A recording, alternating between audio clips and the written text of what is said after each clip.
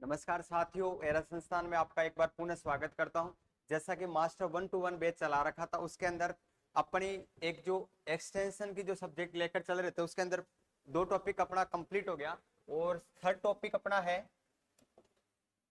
भारत में पूर्व प्रसार कार्यक्रम, बोले तो early extension efforts in India. ठीक है, देखते हैं, इसकी चर्चा करते हैं। इसके अंदर काफी अपन जो संकलन जो दे रखा है, इसके काय के बारे में इस चैप्टर के अंदर चर्चा कर लेते हैं। तो देखते हैं, पहले तो हमारे देश की जनसंख्या का लगभग 70% गाँव का में निवास करता है। हमारी जो देश की जो जनसंख्या है वो 70% कहाँ पर निवास करती है? गाँवों के अंदर निवास करती है। कितनी प्रतिशत? 70% आपकी जनसंख्या कहां पर निवास करती है? गांवों के अंदर बिलोंग करती है। अतः भारत तभी विकसित राष्ट्रों की श्रेणी में आ सकता है जब इसमें रहने वाले ग्रामीण व्यक्तियों का पूर्ण रूपेण विकास हो। ग्रामीण विकास पर स्वतंत्र के पहले से ही ध्यान दिया गया है।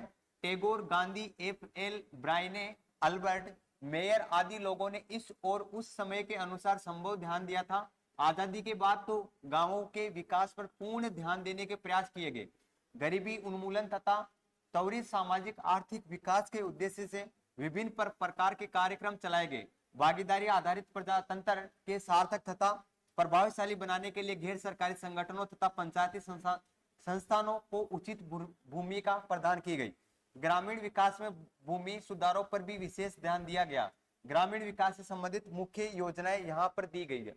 जो आपका ये थर्ड टॉपिक है या थर्ड लेक्चर है, इसके अंदर अपने जो जितनी भी योजनाएं दी गई अपने भारत के अंदर, अपने देश के अंदर, उन जो योजनाएं दी है, ठीक है, उनके बारे में अपन अध्ययन करेंगे अच्छे से। आपको पूछे जाते हैं कि आपके जो एक तो आपकी आती है ना नाबार्ड योजना। अभी आपको मैं जितनी भी योजनाएं हैं उनके बारे में चर्चा करवाऊंगा। आपको सीधा ही ऐसे उठाकर पूछता है आदर्श ग्राम योजना के बारे में बताइए, आपको सहकारी आंदोलन क्या है, श्री निकेतन योजना क्या है। आपकी बार जस्ट जो पीछे वाले जो पेपर लगे हैं आपके सेकंड सेमेस्टर के अंदर 2024 में, आपको श्री निकेतन बोले तो शांति निकेतन के बारे में पूछा गया था। उसके अलावा गुड़गांव योजना के बारे में पूछा गया था। उससे पहले जो पूछा गया था वो था आपके बड़ौदा ग्राम, बोले तो पूर्ण निर्माण योजना के बारे में पूछा गया था। ठीक है, तो उम्मीद करता हूं जो भी आपको मैं पढ़ाऊंगा वो उनसे एक भी क्वेश्चन बाहर नहीं जाएगा। जो भी आपको मैं योजनाएं कराऊंगा और मैं आपको जो पूछे जाएंगे बार बार, जो पूछे जाने वाली जो योजनाएं हैं उनको मैं स्टार लगा दूंगा, उनका थोड़ा जोर लगा के पढ़ लियो। ठीक है, जो आपको मैं क्लासेस कराऊं 8 होगी 7 होगी, उनसे बाहर एक भी क्वेश्चन नहीं जाएगा। काफी ये सफिशियंट आपके लिए जो आप एग्जाम दोगे मिड टर्म के लिए। तो शुरू के 2-3 लेक्चर आते हैं, पर जो आपकी मेन थ्योरी का या प्रैक्टिकल लगेंगे उनके लिए जो मैं आपको करवा रहा हूं वो आपके लिए सफिशियंट है। ठीक है, अब अपन जो बात करेंगे आपके किस किस की बात करेंगे, आपके आदर्श ग्राम योजना के बारे में, सहकारी आंदोलन के बारे में, श्री निकेतन के बारे में, गुड़गांव योजना के बारे में, सेवा ग्राम के बारे में, मार्थंडम योजना के बारे में, बड़ौदा ग्राम के बारे में, भारतीय ग्राम सेवा बोले तो आईबीएस। आईबीएस का पूरा फुल फॉर्म होती है भारतीय ग्राम सेवा, बोले तो सर्विसेज, फिरका विकास कार्यक्रम के। अब जो अगर अपन इंपोर्टेंट देखे तो कौन कौन सी स्टार लगा देता हूं। एक तो आदर्श ग्राम योजना के लगा लो आप। इसके बाद में अगर बात करें श्री निकेतन, बहुत इंपॉर्टेंट है। गुड़गांव जो है वो भी इंपॉर्टेंट है। इसके बाद में आप एक बड़ौदा पर लगा लो और एक आईबीएस पर। अगर सीधे ज्यादा तौर पर देखे तो आपको एक श्री निकेतन को ध्यान में रखना है, दूसरे आपके गुड़गांव और बड़ौदा को ध्यान में रखकर चलना है। ठीक है, अब जो योजना संचालक है, किसके द्वारा संचालक की गई थी ये योजनाएं, तो पहली जो योजना दी गई थी 1829 में, राज राम मोहन सिंह। आपको दिखाई दे रहे हो कि पीडीएफ में देख लेना, इसका स्क्रीनशॉट ले लेना इस चार्ट का उंगली। ठीक है, उसके बाद में जो भी होगी मैं आपको समझाऊंगा। ये इनके बारे में आपको कोई नहीं पूछेगा, इनको चाहिए यहीं पे छोड़ दो। आज मैं बोल रहा हूँ एक भी नहीं पूछेगा। ठीक है, इसका स्क्रीनशॉट ले लेना। अब पहली अपनी जो योजना थी आइडल विलेज प्रोजेक्ट, बोले तो आदर्श ग्राम योजना के बारे में अच्छे से डिस्कस करेंगे अपन।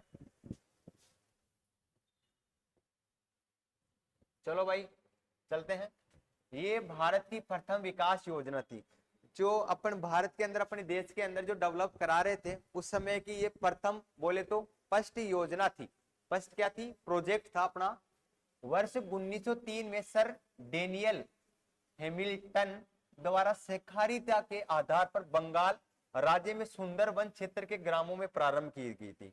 ये जो आपके बंगाल राज्य के अंदर सुंदर जहां पर जंगल थे, वहां पर जो ये प्रोजेक्ट था आपका आइडल विलेज प्रोजेक्ट था, उसकी शुरुआत कब की गई थी? 1903 के अंतर्गत की गई थी। कौन से वैज्ञानिक थे? अपने डेनियल हैमिल्टन के द्वारा की गई थी। अब इसके उद्देश्य देखते हैं, इसका ऑब्जेक्टिव देखते हैं अपन आपके आइडल विलेज प्रोजेक्ट के। तो इसका उद्देश्य है बचत के द्वारा सहकारी आधार पर धन जमा करना। दूसरा इसका उद्देश्य है साक्षरता में वृद्धि लाना या फिर करना, लघु उद्योगों को बढ़ावा। जितने भी आपके छोटे छोटे उद्योग धंधे होते हैं उनको क्या करना? बढ़ावा देना। उसके बाद जन स्वास्थ्य पर ध्यान देना। जो जन लोग होते हैं उनके स्वास्थ्य पर क्या करना? ध्यान देना, उनकी तरफ लगाव रखना। इसके बाद में इसका प्रोग्राम देखते हैं, कार्यक्रम देखते हैं क्या है। ग्रामीण क्षेत्र के बेरोजगार युवकों को प्रशिक्षण देकर लघु उद्योगों में लगाया गया। 1934 के में एक प्रशिक्षण संस्थान स्थापित की गई। कब की गई थी एक प्रशिक्षण संस्थान? 1934 के अंतर्गत। तो इसके अंदर दूसरा है साक्षरता कार्यक्रम के द्वारा व्यक्तियों को साक्षर बनाया गया। तीसरा पॉइंट है सहकारिता के आधार पर धन जमा करने की आदत डाली गई, जरूरतमंदों को इस धन से ऋण दिया गया। वर्ष 1916 में राम सहकारी ऋण समिति का गठन किया गया। 1924 में एक केंद्रीय सहकारी बैंक व सहकारी बाजार समिति की स्थापना की। नेक्स्ट स्लाइड में चलते हैं अपन आगे, इसको छोड़ो, ये कुछ नहीं। अभी आपकी कार्यक्रम का विकास पर क्या इफेक्ट पड़ता है देखते हैं अपन। जो आपकी आइडल जो विलेज प्रोजेक्ट था उसके ऊपर क्या इफेक्ट पड़ता है, ठीक है, वो देखते हैं अपने। हाँ, यह योजना लगभग 15 वर्ष तक चालू रही, परंतु इसके पश्चात ये लगभग समाप्त हो गई। ये जो आपकी आइडल विलेज प्रोजेक्ट योजना थी वो कब कितने वर्ष तक चली थी? 15 वर्ष तक चली थी। उसके बाद में रोक दी गई थी, समाप्त हो गई थी, लगभग समाप्त हो चुकी थी। सहकारी जमा संस्थान भी हो चुकी, अनौपचारिक थी, अतः भविष्य में कार्य नहीं कर पाई। मतलब अनौपचारिक बोले तो ये जो स्कूली शिक्षा से जो बाहरी शिक्षा दी जाती है उसके अंदर ये इंक्लूड थी, शामिल थी, ठीक है। अब दूसरी योजना की तरफ चलते हैं अपन, श्री निकेतन योजना, ठीक है। श्री निकेतन प्रोजेक्ट के बारे में अपन अच्छे से चर्चा करते हैं। ये योजना रविंद्रनाथ टैगोर ने, ये योजना आपको पूछ सकता है कि जो श्री निकेतन जो प्रोजेक्ट है वो किसके द्वारा संचालक किया गया था? वो किया गया था आपके रविंद्रनाथ टैगोर के द्वारा। कब किया गया था? 1908 में। वर्ष 1908 में कालीग्राम परगना में प्रारंभ की गई थी। आपके ऑब्जेक्टिव क्वेश्चनों के अंदर जब एक्सटेंशन का पेपर लगेगा उस समय आपको पूछ सकता है कि जो आपकी श्री निकेतन प्रोजेक्ट था वो कब, कौन से वैज्ञानिक द्वारा कब, कौन से वर्ष के अंदर संचालक किया गया था और कहां पर किया गया था? आपके कालीग्राम के अंतर्गत। कालीग्राम रविंद्रनाथ के पिता का ही जमींदारा था। मतलब जो कालीग्राम था वो जो रविंद्रनाथ के जो पिता का ही क्या था? जमींदारा था। उन्होंने ये कार्यक्रम अतराई, रघुरामपुरा, रानीनगर, संताहार, नसारपुर, तलारा, तिलकपुर गांव में संचालित किया। इन गांवों के अंदर क्या किया गया था? जो आपकी श्री निकेतन प्रोजेक्ट थी उसका संचालित किया गया था। ये गांव कोलकाता में लगभग 90 मिलियन दूरी पर स्थित है। जो आपका कोलकाता है और जो ये गांव है आपका कालीग्राम, ये कोलकाता से कितनी दूरी पर है? 90 मिली दूरी पर है। इन गांवों के चयन का उद्देश्य बाद में कार्यक्रम को गांवों में फैलाना था। उद्देश्य आपका ऑब्जेक्टिव देख ले श्री निकेतन का फटाफट से। ग्रामीण लोगों से बातचीत कर उनकी समस्याओं की जानकारी करना। मतलब जो ग्रामीण लोग, थोड़ा लाइट का इश्यू था इस वजह से अपना कैमरा ऑफ हो गया था। वापस से अपन जो उद्देश्य के 3 बिंदु देख लेते। चौथा बिंदु अपना, चौथा, हेलो, ग्रामीण पुरुषों व स्त्रियों का साक्षर बनाना, ठीक है। मानव स्वास्थ्य में सुधार करना, ग्रामीण नेतृत्व को विकसित करना, ठीक है। अब इसके प्रोग्राम देखते हैं, क्या देख रहे हैं अपन, सभी को पता होनी चाहिए, श्री निकेतन प्रोजेक्ट देख रहे हैं। तो इसका कार्यक्रम के बारे में चर्चा कर लेते हैं, उसके बाद में चलते हैं अपन नेक्स्ट आपकी जो है गुड़गांव परियोजना के बारे में चर्चा करेंगे। तो इसका जो कार्यक्रम है वो आपको दिखाई दे रहा होगा अच्छे से। एक सेकेंड, अरे यार, तो चलते हैं इसका प्रोग्राम देखते हैं। सन 1914 में श्री निकेतन विद्यालय की स्थापना हुई। जो आपका श्री निकेतन था प्रोजेक्ट था उसकी स्थापना कब की गई थी? 1914 के अंदर की गई थी। समस्याओं के अध्ययन हेतु सर्वेक्षण करना, पशु नस्ल सुधार कार्यक्रम का संचालन, छोटे अस्पताल की स्थापना जिससे लोगों का स्वास्थ्य सुरक्षित रह सके, लोगों को साक्षर बनाने हेतु प्रत्येक गांव में प्रौढ़ शिक्षा संचालित की गई जिसमें पढ़ना लिखना व सामान्य गणित सिखाया जाता है। इसे थर 3R कार्यक्रम कहते हैं। आप जो श्री निकेतन प्रोजेक्ट को अपन क्या कह सकते हैं, आपको एग्जाम के अंदर पूछ सकता है डायरेक्ट 3R कार्यक्रम किसे कहते हैं, तो आपको बताना है श्री निकेतन प्रोजेक्ट बोले तो श्री निकेतन परियोजना को बोल सकते हैं। गतिशील पुस्तकालय भी स्थापित किए गए। चौथा है आपके प्रत्येक गांव में गांव स्तर पर प्रसार कार्यकर्ता के रूप में विलेज स्काउट की नियुक्ति की गई। ये ग्रामीण बालचर बोले तो विलेज स्काउट बिना वेतन कार्य करते हैं। आपका जो 7वां पॉइंट है कार्यक्रम बोले तो प्रोग्राम का, बुनने वाले दर्जी एवं बर्तन बनाने वाले को प्रशिक्षण दिया गया है, मतलब सिखाया गया है। भारत में आगे चलते हैं, कुछ इसका 8वां पॉइंट है। 8वां पॉइंट की अपन चर्चा करते हैं। स्काउट्स की भांति बालिका संगठित की गई। कुटीर उद्योगों को विकसित, जितने भी कुटीर उद्योग थे, ठीक है, उनको क्या किया गया था, डेवलप किया करवाया गया था। ग्रामीण जनता में सहकारिता का विकास किया गया था। बालचरों को भी प्रशिक्षण दिया गया। यांत्रिक वर्कशॉप चलाई गई जिसमें उन्नत कृषि यंत्रों के बारे में प्रशिक्षण दिया गया। इसके बाद में जो इसके इफेक्ट ऑफ प्रोजेक्ट अपने ऑन डेवलपमेंट, मतलब आपकी जो श्री निकेतन प्रोजेक्ट योजना है उसके ऊपर क्या, विकास के ऊपर क्या इफेक्ट पड़ता है, ठीक है, वो चर्चा करते हैं। देश पर अंग्रेजी साम्राज्य होने के कारण उन परिस्थितियों में किसी विकास योजना का चलाना बढ़ाना कठिन काम था। टैगोर ने एक जमींदार का पुत्र होते हुए इस कार्य को किया। ये उनकी ऊंची सोच थी।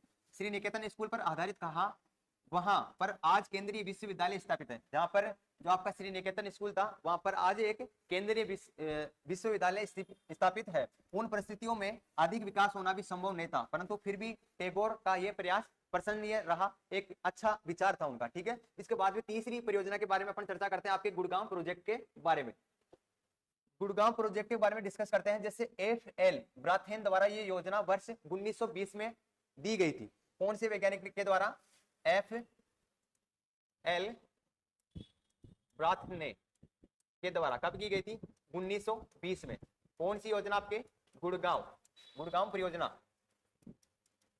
गुड़गांव परियोजना, ठीक है। ज्यादातर अगर आपको छोटे क्वेश्चनों के अंदर पूछेंगे तो आपको योजना देख के कब की गई थी, कौन से वैज्ञानिक द्वारा, ठीक है, कौन सी सन में की गई थी, कहाँ की गई थी, ये आपको पूछता है ज्यादातर, ठीक है।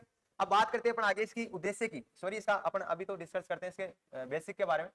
1920 में गुड़गांव हरियाणा, आपको सभी को पता है जो गुड़गांव गांव है वो कहां पर स्थित है? हरियाणा के अंदर, पूर्व पंजाब में प्रारंभ की गई। हरियाणा का ये जनपद उन दिनों असाक्षरता, गरीबी व रोगों से घिरा रहता था। अतः इस जिले का चयन इन्हीं बुराइयों को दूर करने के लिए किया गया।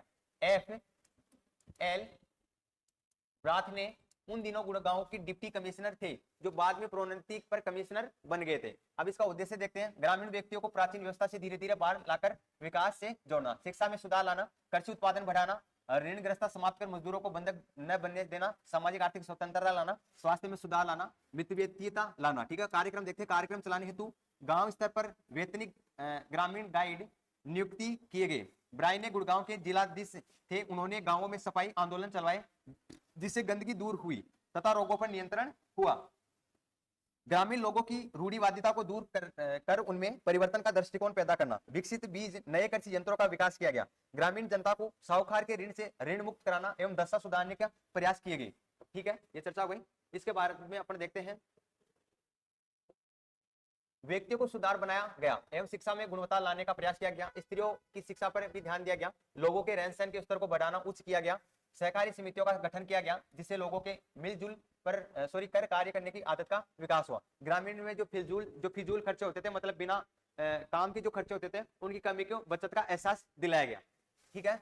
इसके बाद में जो इफेक्ट पड़ते हैं इस योजना के ऊपर वो देखते हैं अपन। विदेशी राज्य होते हुए जो केवल भारतीयों का शोषण करने के लिए था, उनमें से ब्रायन ने जैसे जिलाधीश अधिकारी का भारतीय ग्रामीणों के विकास के बारे में सोचना उनकी प्रभाव सहानुभूति का द्योतक है। यह है वास्तव में मानव धर्म का पालन है। ब्रायन ने चूंकि सहकारी अधिकारी के अंत उन्होंने वेतनिक गाइड नियुक्त कर दिए, इससे वास्तव में विकास से गति पकड़ी। कुछ समय पश्चात ब्रायन ने प्रोत्साहित कर कमिश्नर बन गए। उनके गुड़गांव छोड़ते ही विकास एवं कल्याण कार्य अवरुद्ध हो गया। मतलब जो आपके जो कमिश्नर थे उनको गुड़गांव जैसे छोड़ा तो जो आपका जो गुड़गांव का जो कल्याण था, ठीक है, विकास था, वो क्या होगा? कार्य अवरुद्ध हो गया। अब गांधी जी के रचनात्मक कार्यक्रम, ठीक है। अब भाई इसके अंदर से कोई क्वेश्चन पुटअप नहीं होते, आपको मैं थोड़ी इसकी बेसिक से बता देता हूँ। एक बार इसकी जो वर्ष कब घोषित की गई थी वो किया गया था अपने वर्ष 1920 के अंतर्गत किया गया था, ठीक है। इसको संचालन करने वाले उन्होंने इन कार्यक्रम को संचालन किया गया था। अब एक बार ये उद्देश्य उतारो आप फटाक से, ठीक है, जल्दी से स्क्रीनशॉट ले लो, फटाक से चलते हैं। ये इतना इंपॉर्टेंट नहीं है, फिर भी आपको मैं बता देता हूँ अगर जिसकी ज्यादा पढ़ने की इच्छा है। ये आपके प्रोग्राम है, प्रोग्राम की एक बार स्क्रीनशॉट ले ले जल्दी से। इंपॉर्टेंट नहीं है, फिर भी जिसकी इच्छा अगर पूरे परियोजना पूरे प्रोजेक्ट पढ़ने की है तो वो सारे पढ़ सकते हैं, ठीक है। मेरे हिसाब से ये इंपॉर्टेंट नहीं है और कभी ना पूछा गया है क्वेश्चन। इसके बाद में जो इफेक्ट आते हैं वो इफेक्ट देख लो आपके कौन सी योजना के, गुड़गांव योजना के, ठीक है। इसके बाद में जो मारथंड है, मारथंड प्रोजेक्ट एक बार इसका देख लो, स्क्रीनशॉट ले लो, क्वेश्चन नहीं पूछे जाते फिर भी आपको मैं दिखा देता हूँ एक बार डिस्प्ले पे, कार्यक्रम का भी ले लो। इसके बाद में जो इफेक्ट पड़ते हैं वो देख लो। अब जो बड़ौदा ग्राम परियोजना है इसके बारे में तो आपको मैं अच्छे से डिस्कस करके बताऊंगा, बहुत अच्छी योजना है, ठीक है। इसके बारे में अच्छे से चर्चा करेंगे, ठीक है। ये जो दी गई थी वो किसने दी गई थी, आपके बीटी द्वारा। किसके द्वारा, आपको क्वेश्चन पूछ ले कि बड़ौदा ग्राम पुनर्निर्माण योजना किसके द्वारा दी गई थी, तो आपको बताना है बीटी कृष्णमाचारी द्वारा ये योजना कब दी गई थी, 1912 के अंदर दी गई थी, ठीक है। और कहां पर, ये गुजरात में, कहां पर, गुजरात में, ठीक है। अब इसका ऑब्जेक्टिव देखते हैं, शिक्षा एवं ग्रामीण औद्योगिकरण का प्रसार करना, मतलब शिक्षा और ग्रामीण का जो औद्योगिकरण होता है उसको डेवलप करना, उसको शिक्षा प्रसार पे लाना। उसके बाद में कृषि विकास करना, मतलब जितने भी आपके जो कृषि के अंदर जो प्रोडक्शन अपने को प्राप्त होता है उनको क्या करना, डेवलप करना, मतलब उत्पादन को बढ़ाना।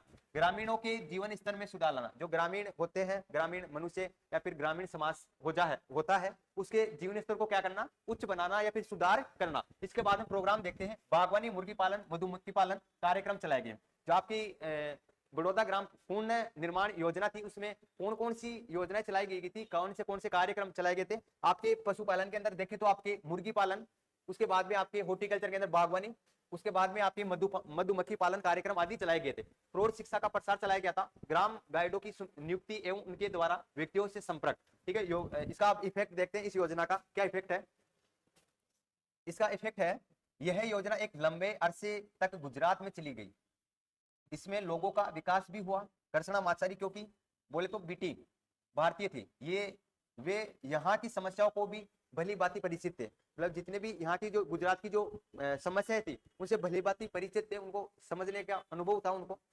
अतः समस्याओं के समाधान पर धनात्मक प्रभाव पड़ा, ठीक है। इसके बाद में IBS ये योजना भी देख लेते हैं, छोटी है और पूछ भी लेता है, कई बार चांस है इसके। ये सेवा सर्वप्रथम 1945 में डॉक्टर WH विसर कहाँ के थे, ये वैज्ञानिक अमेरिका के निवासी थे, द्वारा अगसोली अलीगढ़ में प्रारंभ की गई, परंतु यह सफलता न मिलने के कारण ये योजना 1968 में मेहरा एटा में प्रारंभ की गई। कब की गई थी, कितने 30 ग्रामों में गांव निवासियों के सहयोग से ये योजना वापस से जारी की गई थी, ठीक है। इसके बाद में इसका उद्देश्य देखते हैं, आपके IBS के बोले तो भारतीय ग्राम सेवा के बोले सर्विसेज, लोगों को शिक्षित करना था इसका उद्देश्य, और कार्यक्रमों में रुचि पैदा करना था, विकास कार्यों में मदद हेतु प्रेरित करना था, विकास योजनाओं को सफल बनाने के लिए मार्गदर्शन देना था व्यक्तियों को, लोगों को, ठीक है। अब इसके बाद में इसका प्रोग्राम देखते हैं, कार्यक्रम देखते हैं। कृषि विकास कार्यक्रम एक तो, साक्षर अभियान, गृह कुटीर धंधों का कार्यक्रम, गृह विज्ञान विकास कार्यक्रम, जन स्वास्थ्य परिवार नियोजना कार्यक्रम। योजना का विकास जो इसका इफेक्ट पड़ता है वो है, विलियम H विसर एक विदेशी व्यक्ति थे, भारत के विकास की और उनकी सोच एक सद्भावना की बात थी, परंतु वे भारतीय संस्कृति से परिचित नहीं थे, दूसरे क्षेत्र के लोग अशिक्षित थे, अतः योजना को आंशिक सफलता ही मिल गई। इसके बाद में फिर का जो योजना है ये मैं आपको नहीं कराऊंगा, एक बार देख लो आप अच्छे से, इसको स्क्रीनशॉट ले लो, तुरंत स्क्रीनशॉट लेके आप वैसे ही पढ़ सकते हो, इसका नोट्स बना सकते हो। वीडियो काफी बड़ी हो जाएगी, जो आपका थर्ड लेक्चर था काफी लेंथी हो जाएगा, आप पढ़ नहीं पाओगे। चलता हूं मैं आगे, नेक्स्ट इटावा ग्रामीण, ये इसको मत पढ़ना, इसको छोड़ देना, ठीक है, इटावा को। इसके बाद में जो नीलोखोरी है इसको भी छोड़ देना, ठीक है। तो आज का जो सेशन था अपना तीसरा टॉपिक, उसके अंदर अपन ने प्रोजेक्ट पढ़ी है, जितने भी अपने देश के अंदर जो योजनाएं चलाई गई थी, ठीक है, भारत सरकार के द्वारा, उन योजनाओं के बारे में अच्छे से डिस्कस किया है। अगर ये आपके जो योजनाएं हैं, प्रोजेक्ट है, वो अच्छे से समझ में आए हैं तो इन योजनाओं की क्लासों को, इस सेशन को आप ज्यादा से ज्यादा अपने दोस्तों के पास शेयर करें। अपन फिर मिलते हैं एक नए टॉपिक के साथ, एक नए क्लास के साथ, एक नए जुनून के साथ। जब तक जय हिंद, जय भारत, धन्यवाद।